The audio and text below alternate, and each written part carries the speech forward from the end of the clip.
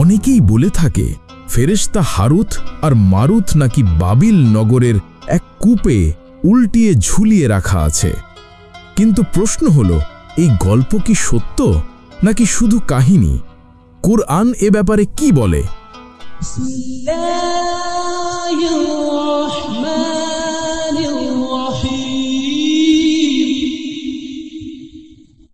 আসুন আমরা দেখি কুরআন কি বলে। আল্লাহ সুবহানাহু ওয়া তাআলা বলেন, وما أنزل على الملكين ببابل هاروت وماروت وما يعلمان من أحد حتى يقولا إنما نحن فتنة فلا تكفر فيتعلمون منهما ما يفرقون به بين المرء وزوجه।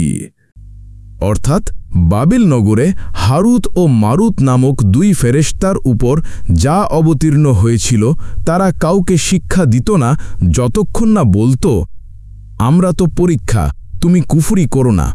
কিন্তু মানুষ তাদের থেকে এমন কিছু শিখত যার দ্বারা তারা স্বামী ও স্ত্রীর মধ্যে বিচ্ছেদ ঘটাত।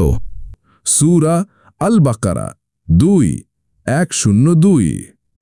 লক্ষ্য করুন, কোরআনে শুধু বলা হয়েছে যে তারা পরীক্ষা স্বরূপ পাঠানো হয়েছিল, তারা সতর্ক করত, কিন্তু অনেকেই তাদের সতর্ক বার্তা অমান্য করে জাদু শিখে নিত।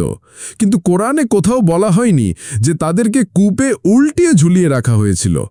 এই কাহিনী এসেছে ইসরায়েলি বর্ণনা থেকে এবং ইহুদি খ্রিস্টান কাহিনীর অংশ, যা দুর্বল ও অবিশ্বাস্য। এখানেই আসল শিক্ষা। জাদুবিদ্যা বাস্তব, তবে আল্লাহর ইচ্ছা ছাড়া কারো ক্ষতি করতে পারে না। এই জাদুর সবচেয়ে ভয়াবহ ব্যবহার ছিল সংসার ভেঙে দেয়া।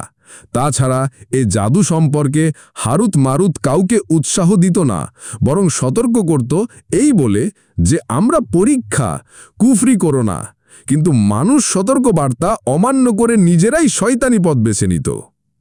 ইমাম ইবন কাসির, কুরতুবী সহ অনেক মুফাসসির বলেছেন এসব বর্ণনা দুর্বল, নির্ভরযোগ্য নয়। সত্য হল ফেরেশতারা কখনো পাপে জড়ায় না। হারুত মারুত ছিলেন আল্লাহর পাঠানো ফেরেশতা, যারা মানুষের ঈমান পরীক্ষা করার জন্যই প্রেরিত হয়েছিলেন।